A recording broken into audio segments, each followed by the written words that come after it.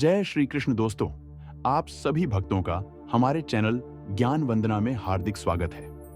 माघ का महीना सबसे पहले माद का महीना था, जो बाद में माघ शब्द हो गया।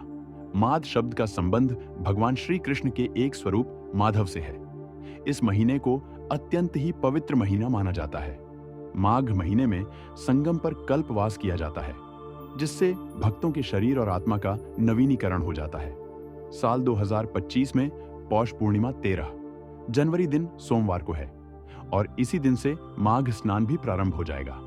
माघ मास इस बार प्रारंभ होगा 14 जनवरी 2025 से और माघ मास की समाप्ति होगी 12 फरवरी को। माघ मास में तुलसी जी का पूजन करने से सभी पुण्य की प्राप्ति होती है।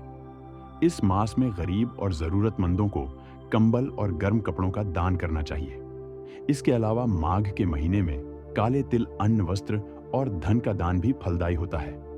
माघ महीने में किसी का भी अपमान नहीं करें, ना ही किसी को अपशब्द कहे।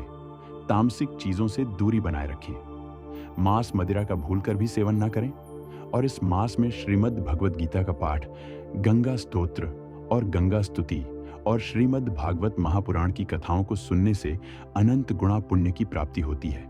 श्री हरि विष्णु जी और भगवान श्री कृष्ण की कृपा प्राप्त करने के लिए और इस जीवन मरण के चक्र से मुक्त होने के लिए माघ स्नान और माघ मास की ये कथाएं बहुत ही पवित्र मानी जाती हैं। माघ मास में भगवान श्री माधव की पूजा करने से राजसूर्य यज्ञ का फल भी प्राप्त होता है। जो तपस्वी इस महीने में तिल का दान करता है, वह कभी नरक का दर्शन नहीं करता, उसे स्वर्ग की प्राप्ति हो जाती है। इस महीने में गर्म पानी को धीरे धीरे छोड़कर साधारण पानी से नहाना चाहिए। सूर्योदय से पहले यानी ब्रह्म मुहूर्त में उठकर भगवान श्री हरि के भक्त को स्नान आदि करके माघ मास की इन पवित्र कथाओं को अवश्य ही सुनना चाहिए। श्री कृष्ण की पूजा के समय उन्हें पीले पुष्प अर्पित करें। पंजरी, माखन, मिश्री और पंचामृत का उन्हें भोग अर्पित करें और साथ में तुलसी दल भी जरूर मिलाएं। इसके साथ उनके मंत्रों का जाप करें। इस महीने में तिल और गुड़ का प्रयोग विशेष लाभ का होता है। एक समय यदि भोजन किया जाए तो आरोग्य और एकाग्रता की प्राप्ति होती है। तो आइए भगवान श्री लक्ष्मी नारायण जी के चरणों का ध्यान करके माघ मास की इन पवित्र कथाओं का शुभारंभ करते हैं। आज की कथा के साथ ही आप श्रीमद् भागवत महापुराण की बहुत ही पवित्र कथा भी सुनेंगे, क्योंकि इस पाठ को सुनने से मोक्ष की प्राप्ति हो जाती है। एक समय की बात है, श्री सूत जी महाराज ने अपने गुरु श्री व्यास जी से कहा कि गुरुदेव कृपा करके आप मुझसे माघ मास महात्म की कथा कहिए, क्योंकि मैं आपका शिष्य हूं। तब व्यास जी कहने लगे कि रघुवंश के राजा दिलीप एक समय यज्ञ के स्नान के बाद पैरों में जूते और सुंदर वस्त्र पहनकर, शिकार की सामग्री लेकर, कवच और शोभायमान आभूषण पहने हुए अपने सिपाहियों से घिरे हुए जंगल में शिकार खेलने के लिए अपनी नगरी से बाहर निकले। उनके सिपाही जंगल में शिकार के लिए मृग, व्याघ्र, सिंह आदि जंतुओं की तलाश में इधर उधर फिरने लगे। उस वन में वनस्थली अत्यंत ही शोभा को प्राप्त हो रही थी। वन में कहीं वृक्षों पर मोर नाच रहे थे, कहीं कहीं मृगों के झुंड फिर रहे थे, कहीं गीदड़ अपनी भयंकर शब्द कर रहे थे, कहीं गेंडों का समूह हा के समान फिर रहा था, कहीं वृक्षों में कोठर में बैठे हुए उल्लू अपना भयानक शब्द कर रहे थे, कहीं सिंह के पद चिन्हों के साथ घायल मृगों के रस से भूमि लाल हो रही थी, कहीं दूध से भरी थन वाली सुंदर भैंसें फिर रही थी, कहीं पर गंधित पुष्प, हरी हरी लताएं वन की शोभा को बढ़ा रही थी, कहीं बड़े बड़े पेड़ खड़े थे तो कहीं उन पेड़ों पर बड़े बड़े अजगर और उनकी कचलियां भी पड़ी हुई थी। उसी समय राजा के सिपाहियों के बाजे की आवाज सुनकर एक मृग वन में से निकलकर भागने लगा और बड़ी बड़ी चौकड़ियां भरता हुआ आगे बढ़ा तो राजा ने उसके पीछे अपना घोड़ा दौड़ाया, परंतु मृग अपनी पूर्ण शक्ति से भागने लगा।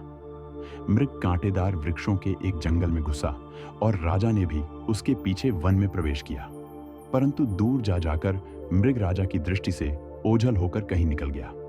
राजा निर्जन वन में अपने सैनिकों के साथ प्यास के मारे बहुत ही दुखी हो गया और दोपहर के समय अधिक मार्ग पर चलने से सैनिक थक गए और घोड़े रुक गए। कुछ थोड़ी देर बाद राजा ने एक बड़ा भारी सुंदर सरोवर देखा, जिसके किनारों पर घने वृक्ष थे। इसका जल सज्जनों के हृदय के समान पवित्र था। सरोवर का जल लहरों से बड़ा सुंदर लगता था। जल में अनेकों प्रकार के जल जंतु, मछलियां आदि स्वच्छंदता से इधर उधर फिर रही थी। दुष्टों के समान निर्दय मन वाले मगरमच्छ भी थे। किसी किसी जगह लोभी के घर के समान संभाल भी पड़ी हुई थी, जैसे विपत्ति में पड़े हुए लोगों के दुखों को हरने वाले दानी पुरुष के समान। यह सरोवर अपने जल से सबको सुखी करता था, जैसे मेघ चालक के दुख को हरता है। इस सरोवर को देखकर राजा की थकावट दूर हो गई। रात्रि को राजा ने वहीं विश्राम किया और सैनिक पहरा देने लगे और चारों तरफ फैल गए। रात के अंतिम समय में शूक के एक झुंड ने आकर अंतिम समय में पानी पिया और कमल के झुंड के पास आया। तब शिकारियों ने सावधान होकर शूकर पर आक्रमण किया और उनको मारकर पृथ्वी पर गिरा दिया। उस समय सब शिकारी कोलाहल करते हुए बड़ी प्रसन्नता के साथ राजा के पास गए और राजा प्रभात हुआ देखकर उनके साथ ही अपनी नगरी की तरफ चल पड़ा। रास्ते में राजा ने एक तपस्वी को देखा, जिसका शरीर तपस्या और नियम के कारण बिल्कुल सूख गया था, जो मृगछाला और वल्कल पहने हुए था। राजा ने ऐसे घोर तपस्वी को देखकर बड़े आश्चर्य से उसको प्रणाम किया और हाथ जोड़कर खड़ा हो गया। तब तपस्वी ने राजा को कहा कि हे राजन, इस पुण्य शुभ माघ मास में इस सरोवर को छोड़कर तुम यहां से क्यों जाने की इच्छा करते हो? तब राजा कहने लगा कि महात्मा, मैं तो माघ मास में स्नान के फल को कुछ भी नहीं जानता। कृपा करके आप विस्तार पूर्वक मुझे बताइए। राजा के ऐसे वचनों को सुनकर तपस्वी ने जो कुछ भी आगे कहा, इसका वर्णन आप अगले अध्याय में सुनेंगे। अब आप सुनेंगे श्रीमद् भागवत महापुराण की बड़ी ही पवित्र कथा। भागवत महापुराण की कथा सुनने से पहले आप यह जान लें कि भागवत पुराण को सुनने की परंपरा किस प्रकार प्रारंभ हुई। इसके पीछे एक पौराणिक कथा है। पौराणिक कथा के अनुसार श्रृंगी अपने पिता आर्षि शमी के आश्रम में अन्य आर्षि कुमारों के साथ रहकर अध्ययन कर रहे थे। एक दिन की बात है कि सब विद्यार्थी जंगल गए हुए थे और आश्रम में शमीक आर्षि समाधि में अकेले बैठे हुए थे। तभी अचानक वहां प्यास से व्याकुल राजा परीक्षित पहुंचे। वह प्यास से बहुत व्याकुल थे और आश्रम में पानी खोजने लगे। जब उन्हें कहीं से पानी नहीं मिला तो उन्होंने समाधि में बैठे शमी ऋषि को प्रणाम करके विनम्रता से कहा, मुझे प्यास लगी है, कृपया मुझे पानी दीजिए। राजा की 2-3 बार कहने पर भी ऋषि ने उन्हें कोई जवाब नहीं दिया। उन्हें बहुत बुरा लगा और तो और उन्हें लगा कि ऋषि ध्यान का ढोंग कर रहे हैं। क्रोध में आकर राजा परीक्षित ने एक मरा सांप उठाकर आर्षि के गले में डाल दिया और वहां से चले गए।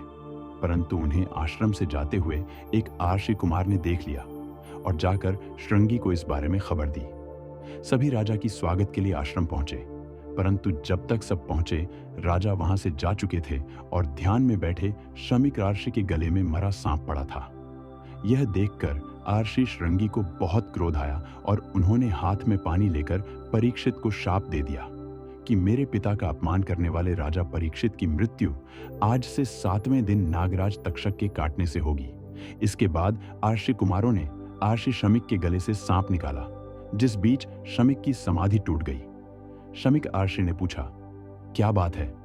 तब श्रृंगी ने सारी बात बताई। शमीक बोले, बेटा, राजा परीक्षित के साधारण अपराध के लिए तुमने जो सर्प दंश से मृत्यु का भयंकर शाप दिया है, यह बहुत बुरा है। हमें यह शोभा नहीं देता। इसका मतलब यह है कि अभी तुझे ज्ञान प्राप्त नहीं हुआ। अब तू भगवान की शरण जा और अपने अपराध की क्षमा मांग। राजा परीक्षित को राजभवन पहुंचते पहुंचते अपनी गलती का एहसास हो चुका था। थोड़ी देर के बाद शमीक आर्षि का एक शिष्य राजा परीक्षित के पास पहुंचा और उसने कहा, राजन, ब्रह्म समाधि में लीन शमीक आर्षि की ओर से आपका उचित सत्कार नहीं हो पाया, जिसका उन्हें बहुत दुख है, किंतु आपने बिना सोचे समझे जो मरे सांप को उनके गले में डाल दिया। इस कारण उनके पुत्र श्रृंगी ने आपको आज से 7वें दिन सांप काटने से मृत्यु का शाप दे दिया है, जो असत्य नहीं होगा। इसीलिए आप मेरी बात माने तो 7 दिन तक अपना पूरा समय ईश्वर चिंतन में लगाएं, ताकि आपको मोक्ष की प्राप्ति हो सके। यह सुनकर राजा को संतोष हुआ कि मेरे द्वारा हुए अपराध के लिए मुझे उचित दंड मिलेगा। इसके बाद राजा परीक्षित व्यास पुत्र सुखदेव मुनि के पास पहुंचे और उन्हें भागवत कथा सुनाने के लिए कहा। सुखदेव जी ने परीक्षित को 7 दिन भागवत कथा सुनाई। इस प्रकार कहा जाता है कि तभी से श्रीमद् भागवत पुराण सप्ताह सुनने की परंपरा प्रारंभ हुई। तो आइए शुभारंभ करते हैं श्रीमद् भागवत पुराण की कथा के अध्याय। एकादेवर श्री नारद की भक्ति से भेंट में सच्चिदानंद स्वरूप भगवान श्री कृष्ण को हम नमस्कार करते हैं, जो जगत की उत्पत्ति, स्थिति और विनाश के हेतु तथा आध्यात्मिक, आदि दैविक और आदि भौतिक तीनों प्रकार के ताप का नाश करने वाले हैं। जिस समय श्री सुखदेव जी का यज्ञोपवीत संस्कार भी नहीं हुआ था तथा लौकिक वैदिक कर्मक अनुष्ठान का अवसर भी नहीं आया था, तभी उन्हें अकेले ही संन्यास लेने के लिए घर से जाते देखकर उनके पिता व्यास जी वीर से कातर होकर उन्हें पुकारने लगे, बेटा बेटा तुम कहाँ जा रहे हो? उस समय वृक्षों ने तन्मय होने के कारण श्री सुखदेव जी की ओर से उत्तर दिया था, ऐसे सर्वभूत हृदय स्वरूप श्री सुखदेव मुनि को मैं नमस्कार करता हूँ। एक बार भगवत कथा अमृत का रस वादन करने में कुशल मुनिवर शौनक जी ने नम शारण्य क्षेत्र में विराजमान महामती सूत जी को नमस्कार करके उनसे पूछा। शौनक जी बोले, सूत जी, आपका ज्ञान अज्ञान अंधकार को नष्ट करने के लिए करोड़ों सूर्य के समान है। आप हमारे कानों के लिए रसायन अमृत स्वरूप सार गर्भित कथा कहिए। भक्ति, ज्ञान और वैराग्य से प्राप्त होने वाले महान विवेक की वृद्धि किस प्रकार होती है तथा वैष्णव लोग किस तरह इस माया मोह से अपना पीछा छुड़ाते हैं।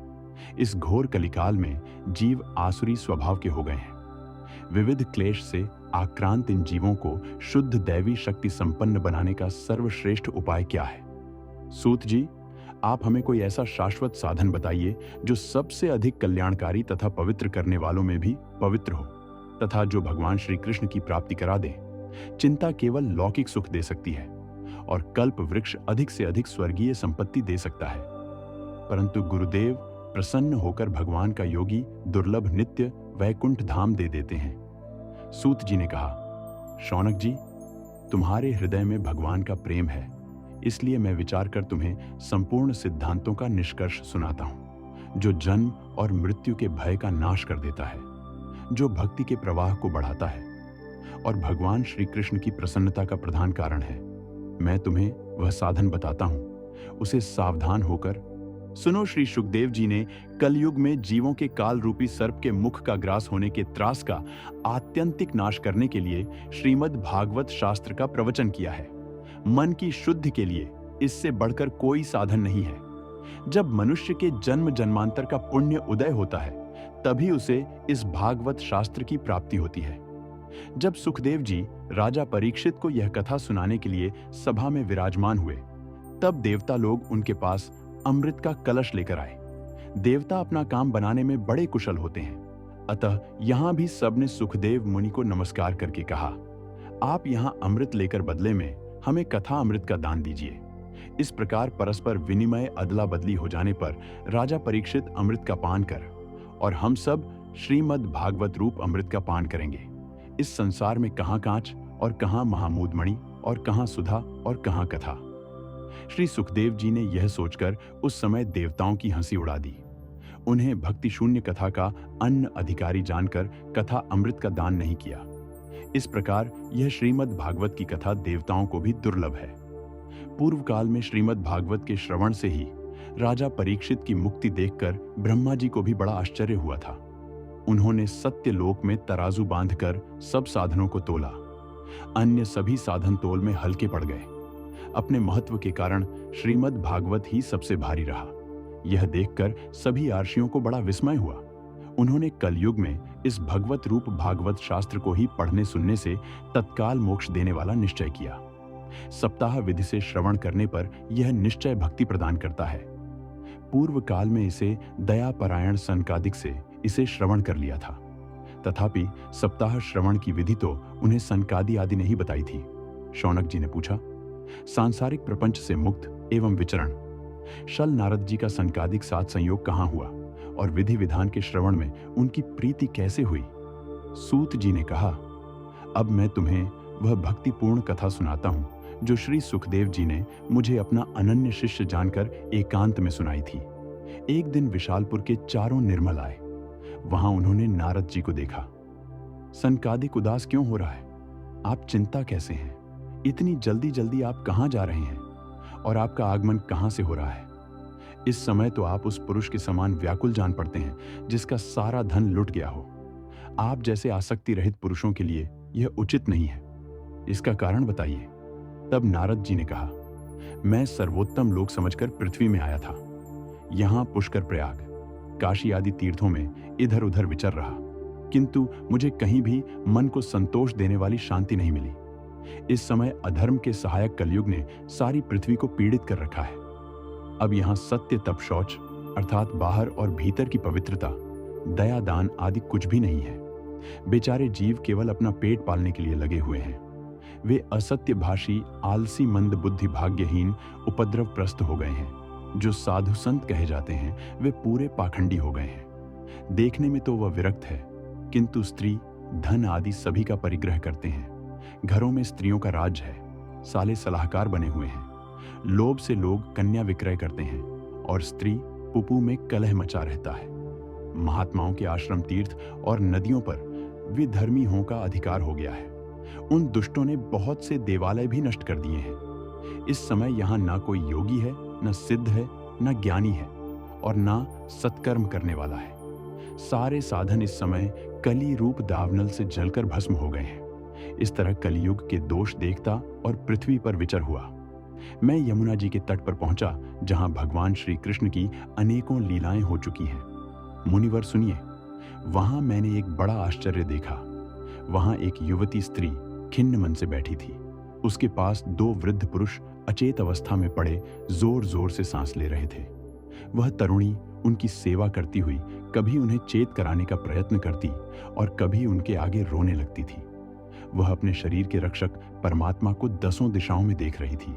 उसके चारों ओर से स्त्रियां उसे पंखा झल रही थी और बार बार समझाती जाती थी। दूर से यह सब चरित्र देखकर मैं कौतूहलवश उसके पास चला गया। मुझे देखकर वह युवती खड़ी हो गई और बड़ी व्याकुल होकर कहने लगी। युवती ने कहा, अजी महात्मा जी, क्षण भर ठहर जाइए और मेरी चिंता को भी नष्ट कर दीजिए। आपका दर्शन तो संसार के सभी पापों को सर्वथा नष्ट कर देने वाला है। आपके वचनों से मेरे मन को बहुत कुछ शांति हो जाएगी। मनुष्य का जब बड़ा भाग्य होता है तभी आपके दर्शन हुआ करते हैं। नारद जी कहते हैं, तब मैंने उस स्त्री से पूछा, देवी तुम कौन हो? ये दोनों पुरुष तुम्हारे क्या हैं? और तुम्हारे पास ये कमल नैनी देवियां कौन हैं? तुम हमें विस्तार से अपने दुख का कारण बताओ। तब युवती ने कहा, मेरा नाम भक्ति है। ये जान और वैराग्य नामक मेरे पुत्र हैं। समय के फेर से ही ये ऐसे जर हो गए हैं। ये देवियां, गंगा जी आदि नदियां हैं। ये सब मेरी सेवा करने के लिए ही आई हैं। इस प्रकार साक्षात देवियों के द्वारा सेवित होने पर भी मुझे सुख शांति नहीं है। तपोधन, अब ध्यान देकर मेरा वृतांत सुनिए। मेरी कथा वैसे तो प्रसिद्ध है, फिर भी उसे सुनकर आप मुझे शांति प्रदान करें। मैं द्रविड़ देश में उत्पन्न हुई, कर्नाटक में बढ़ी, कहीं कहीं महाराष्ट्र में सम्मानित हुई, किंतु गुजरात में मुझको युद्ध पैने आ घेरा। यहाँ घोर कलयुग के प्रभाव से पाखंड होने मुझे अंग भंग कर दिया। चिरकाल तक यह अवस्था रहने के कारण मैं अपने पुत्रों के साथ दुर्बल और निस्तेज हो गई। अब जब से मैं वृंदावन आई हूं, तब से पुनः परम सुंदरी, सुरूपवती, नवयुक्त हो गई हूं। किंतु सामने पड़े हुए ये दोनों मेरे पुत्र थके मांदे दुखी हो रहे हैं। अब मैं यह स्थान छोड़कर अन्यत्र जाना चाहती हूं। ये दोनों बूढ़े हो गए हैं, इसी दुख से मैं दुखी हूं। मैं तरुणी क्यों और यह मेरे दोनों पुत्र यूं क्यों? हम तीनों साथ साथ रहने वाले हैं, फिर यह विपरीता क्यों होना? तो यह चाहिए कि माता बूढ़ी हो और पुत्र तरुण। इसी से मैं आश्चर्यचकित चित्त से अपनी इस अवस्था पर शोक करती रहती हूं। आप परम बुद्धिमान एवं योग निधि हैं, इसका क्या कारण हो सकता है, बताइए। नारद जी ने कहा, साध्वी, मैं अपने हृदय में ज्ञान दृष्टि से तुम्हारे संपूर्ण दुख का कारण देखता हूं। तुम्हें विषाद नहीं करना चाहिए। श्री हरि तुम्हारा कल्याण करेंगे। तब सूत जी कहते हैं, मुनिवर। नारद जी ने एक क्षण में ही उसका कारण जानकर कहा। नारद जी ने कहा, हे देवी, सावधान होकर सुनो। यह दारुण कलयुग है। इसी से इस समय सदाचार, योग मार्ग और तप आदि सभी लुप्त हो गए हैं। लोग टथा और दुष्कर्म में लगकर अघासुर बन रहे हैं। संसार में जहां देखो वहीं सत्पुरुष दुख से मिलान है और दुष्ट सुखी हो रहे हैं। इस समय जिस बुद्धिमान पुरुष का धैर्य बना रहे, वही बड़ा ज्ञानी या पंडित है। पृथ्वी क्रमशः प्रतिवर्ष शेष जी के लिए भार रूप होती जा रही है। अब यह छूने योग्य तो क्या, देखने योग्य भी नहीं रह गई। और ना इसमें कहीं मंगल ही दिखाई देता है। अब किसी को पुत्रों के साथ तुम्हारा दर्शन भी नहीं होता। विषय अनुराग के कारण अंधे बने हुए जीवों से उपेक्षित होकर तुम जर्जर हो रही थी। वृंदावन के संयोग से तुम फिर नवीन तरुणी हो गई हो। अतः यह वृंदावन धाम धन्य है, जहां भक्ति सर्वत्र नृत्य कर रही है। परंतु तुम्हारे इन दोनों पुत्रों का यहाँ कोई ग्राहक नहीं है, इसलिए इनका बुढ़ापा नहीं छूट रहा है। यहाँ इनको कुछ आत्म सुख यानी भगवत स्पर्श जनित आनंद की प्राप्ति होने के कारण यह सोते से जान पड़ते हैं। भक्ति ने कहा, राजा, परीक्षित ने इस पापी कलयुग को क्यों रहने दिया? इसके आते ही सब वस्तुओं का सार न जाने कहां चला गया। करुणामय श्री हरि से भी यह अधर्म कैसे देखा जाता है? मुने मेरा यह संदेह दूर कीजिए। आपके वचनों से मुझे बड़ी शांति मिली है। नारद जी ने कहा, बाले, यदि तुमने पूछा है तो प्रेम से सुनो कल्याणी। मैं तुम्हें सब बताऊंगा और तुम्हारा दुख दूर हो जाएगा। जिस दिन भगवान श्री कृष्ण इस भूलोक को छोड़कर अपने परम धाम को पधारे, उसी दिन से यहां संपूर्ण साधनों में बाधा डालने वाला कलयुग आ गया। दिग्विजय के समय राजा परीक्षित की दृष्टि पड़ने पर कलयुग धन के समान उनकी शरण में आया।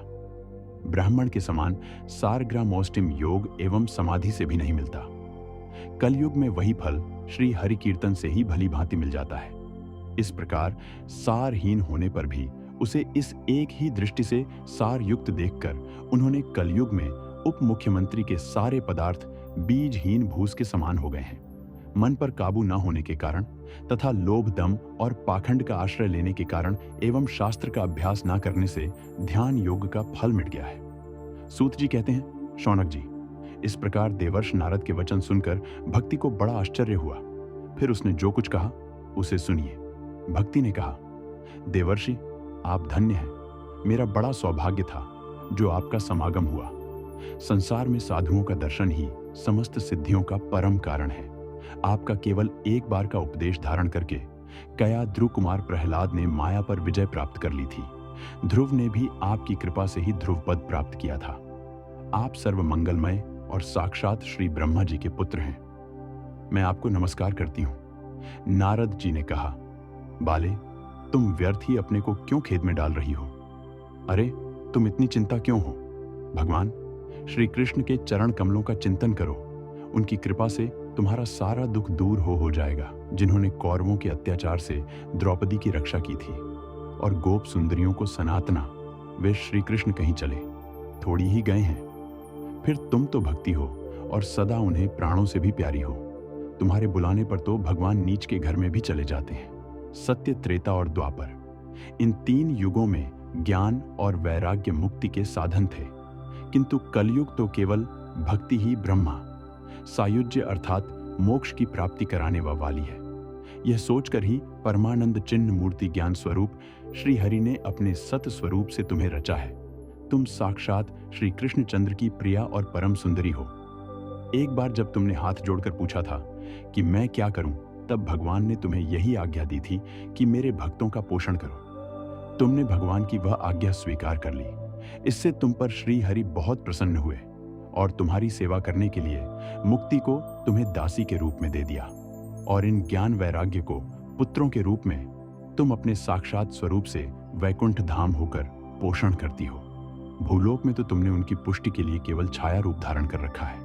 तब तुम मुक्ति, ज्ञान और वैराग्य को साथ लिए पृथ्वी तल पर आई और सत्य युग से द्वापर पर्यंत बड़े आनंद से रही। कलयुग में तुम्हारी दासी मुक्ति पाखंड रूप रोग से पीड़ित होकर क्षीण होने लगी थी, इसलिए वह तो तुरंत ही तुम्हारी आज्ञा से वैकुंठ लोक को चली गई। इस लोक में भी तुम्हारे स्मरण करने से ही वह आती है और फिर चली जाती है, किंतु इन ज्ञान वैराग्य को तुमने पुत्र मानकर अपने पास ही रख छोड़ा है। फिर भी कलयुग में इनकी अपेक्षा होने के कारण तुम्हारे यह पुत्र उत्साहहीन और वृद्ध हो गए हैं। फिर भी तुम चिंता न करो, मैं इनके नव जीवन का उपाय सोचता हूं। सुमुखी, कली के समा कोई भी युग नहीं है। इस युग में मैं तुम्हें घर घर में प्रत्येक पुरुष के हृदय में स्थापित कर दूं। देखो, अन्य सब धर्मों को दबाकर और भक्ति विषयक महोत्सव को आगे रखकर यदि मैंने लोक में तुम्हारा प्रचार ना किया तो मैं श्री हरि का दास नहीं।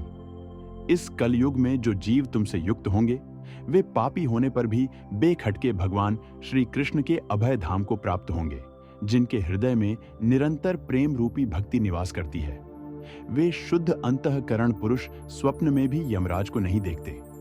जिनके हृदय में भक्ति महारानी का निवास है, उन्हें प्रेत, पिशाच, राक्षस या दैत्य आदि स्पर्श करने में भी समर्थ नहीं हो सकते। तप, वेद अध्ययन, ज्ञान और कर्म आदि किसी भी साधन से भगवान वश में नहीं किए जा सकते। वे केवल भक्ति से ही वशीभूत होते हैं। इसमें श्री गोपीजन प्रमाण है। मनुष्यों का सहस्त्र जन्म के पुण्य प्रताप से भक्ति में अनुराग होता है। कल युग में केवल भक्ति ही सार है। भक्ति से तो साक्षात श्री कृष्णचंद्र सामने उपस्थित हो जाते हैं। जो लोग भक्ति से द्रोह करते हैं वे तीनों लोकों में दुख ही दुख पाते हैं। पूर्व काल में भक्त का तिरस्कार करने वाले दुर्वासा अर्षि को बड़ा कष्ट उठाना पड़ा था। बस व्रत, तीर्थ, यज्ञ और ज्ञान चर्चा आदि बहुत से साधनों की कोई आवश्यकता नहीं है। एकमात्र भक्ति ही मुक्ति देने वाली है। सूत जी कहते हैं, इस प्रकार नारद जी के निर्णय किए हुए अपने महात्म्य को सुनकर भक्ति के सारे अंग पुष्ट हो गए और वे उनसे कहने लगी। भक्ति ने कहा, हे नारद जी, आप धन्य हैं, आपकी मुझ में निश्चल प्रीति है। मैं सदा आपके हृदय में रहूंगी, कभी आपको छोड़कर नहीं जाऊंगी। साधो, आप बड़े कृपालु हैं। आपने क्षण भर में ही मेरा सारा दुख दूर कर दिया, किंतु अभी मेरे पुत्रों में चेतना नहीं आई है। आप इन्हें शीघ्र ही सचेत कर दीजिए, जगा दीजिए। सूत जी कहते हैं, भक्ति के यह वचन सुनकर नारद जी को बड़ी करुणा आई और वे उन्हें हाथ से हिला डलाकर जगाने लगे। फिर उनके कान के पास मुख लगाकर जोर से कहा, ओ ज्ञान, जल्दी जग पड़ो। ओ वैराग्य, जल्दी जग पर पड़ो।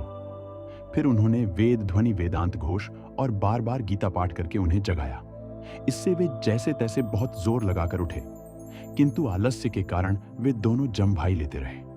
नेत्र उघड़कर देख भी नहीं सके। उनके बाल बगलों की तरह सफेद हो गए थे। उनके अंग प्राय सूखे काठ के समान निस्तेज और कठोर हो गए थे। इस प्रकार भूख प्यास के मारे अत्यंत दुर्बल होने के कारण उन्हें फिर सोते देखकर नारद जी को बड़ी चिंता हुई और वे सोचने लगे, अब मुझे क्या करना चाहिए?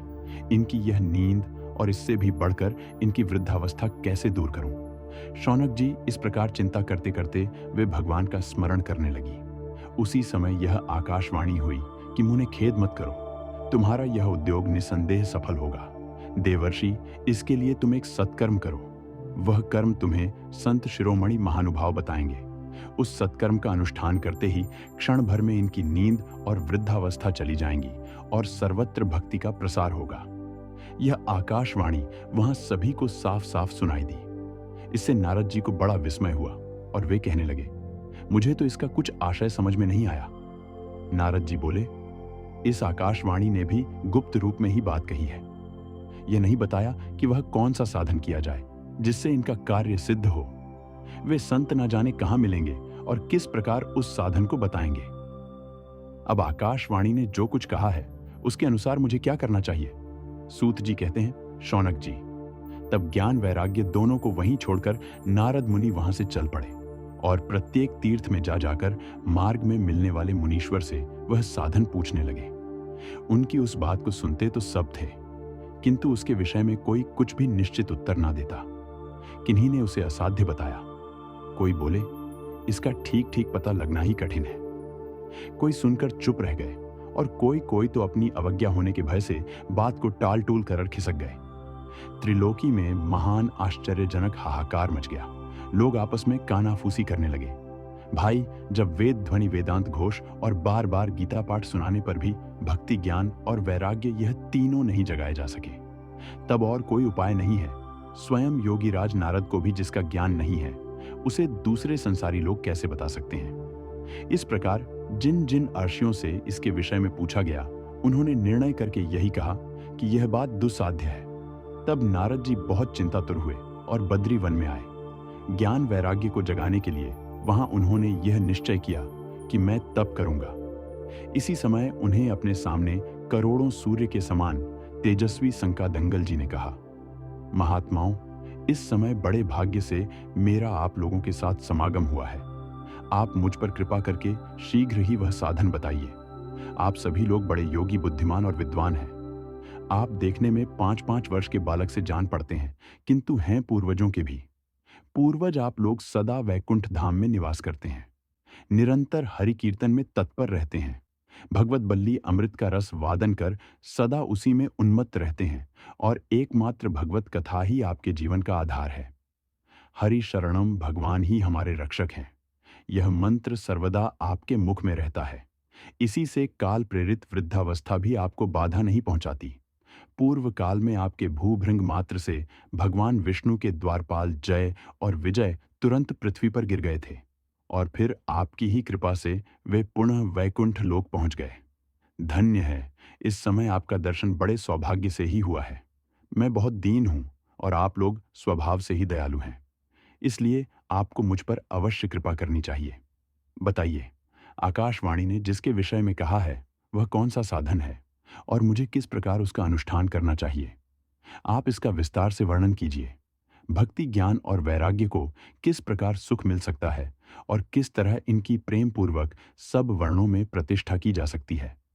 सनकादि ने कहा, देवर्ष, आप चिंता न करें, मन में प्रसन्न हो। उनके उद्धार का एक एक सरल उपाय पहले से ही विद्यमान है। नारद जी, आप धन्य हैं। आप रक्तों के शिरोमणि हैं, श्री कृष्णदासों के शाश्वत पथ प्रदर्शक एवं भक्ति योग की भाषा हैं।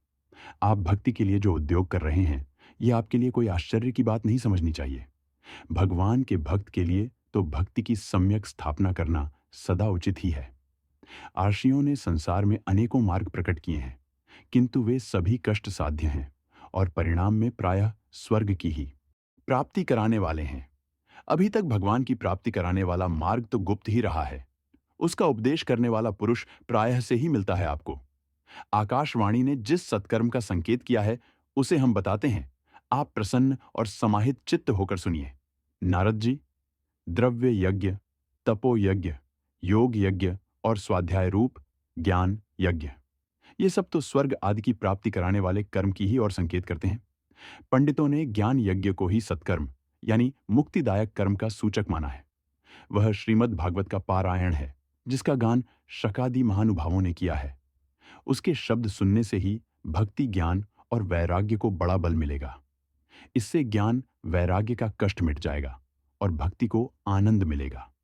सिंह की गर्जना सुनकर जैसे भेड़िए भाग जाते हैं, उसी प्रकार श्रीमद् भागवत की ध्वनि से कलयुग के सारे दोष नष्ट हो जाएंगे। तब प्रेम से प्रवाहित करने वाली भक्ति, ज्ञान और वैराग्य को साथ लेकर प्रत्येक घर और व्यक्ति के हृदय में क्रीड़ा करेगी। नारद जी ने कहा, मैंने वेद वेदांत की ध्वनि और गीता पाठ करके उन्हें बहुत जगाया, किंतु फिर भी भक्ति, ज्ञान और वैराग्य, ये तीनों नहीं जागे। ऐसी स्थिति में श्रीमद् भागवत सुनाने से वे कैसे जागेंगे? क्योंकि उस कथा के प्रत्येक श्लोक और प्रत्येक पद में भी वेदों का ही तो सारांश है। आप लोग शरणागत वत्सल हैं तथा आपका दर्शन कभी व्यर्थ नहीं होता। इसलिए मेरा यह संदेह दूर कीजिए, इस कार्य में विलंब न कीजिए। सनकादि ने कहा, श्रीमद् भागवत की कथा वेद और उपनिषदों के सार से बनी है, इसलिए उनसे अलग उनकी फल रूपा होने के कारण वह बड़ी उत्तम जान पड़ती है। जिस प्रकार रस वृक्ष की जड़ से लेकर शाखा पर्यंत रहता है, किंतु इस स्थिति में उसका आस्वादन नहीं किया जा सकता, वही जब अलग होकर फल के रूप में आ जाता है, तब संसार में सभी को प्रिय लगने लगता है।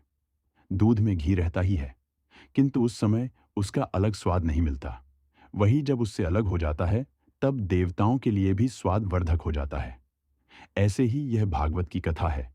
यह भागवत पुराण वेदों के समान है। श्री व्यास देव ने इसे भक्ति, ज्ञान और वैराग्य की स्थापना के लिए प्रकाशित किया है। पूर्व काल में जिस समय वेद वेदांत के पारगाव और गीता की भी रचना करने वाले भगवान व्यास देव खिन्न होकर अज्ञान समुद्र में गोते खा रहे थे, उस समय आपने ही उन्हें 4 श्लोकों में इसका उपदेश किया था। उसे सुनते ही उनकी सारी चिंता दूर हो गई थी। फिर इसमें आपको आश्चर्य क्यों हो रहा है? जो आप हमसे प्रश्न कर रहे हैं, आपको उन्हें शोक और दुख का विनाश करने वाला श्रीमद् भागवत पुराण ही सुनाना चाहिए। नारद जी ने कहा, महानुभावों, आपका दर्शन जीव के संपूर्ण पापों को तत्काल नष्ट कर देता है और जो संसार दुख रूप दावानल से तपे हुए हैं, उन पर शीघ्र ही शांति की वर्षा करता है।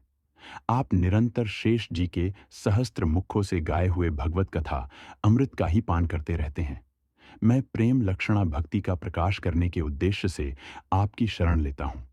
जब अनेकों जन्मों के संचित पुण्य पुंज का उदय होने से मनुष्य को सत्संग मिलता, तब वह उसके अज्ञान जनित मोह और मद रूप अंधकार का नाश करके विवेक उदय होता है। जय श्री कृष्ण। श्रीमद् भागवत महापुराण का अध्याय 1 संपूर्ण हुआ।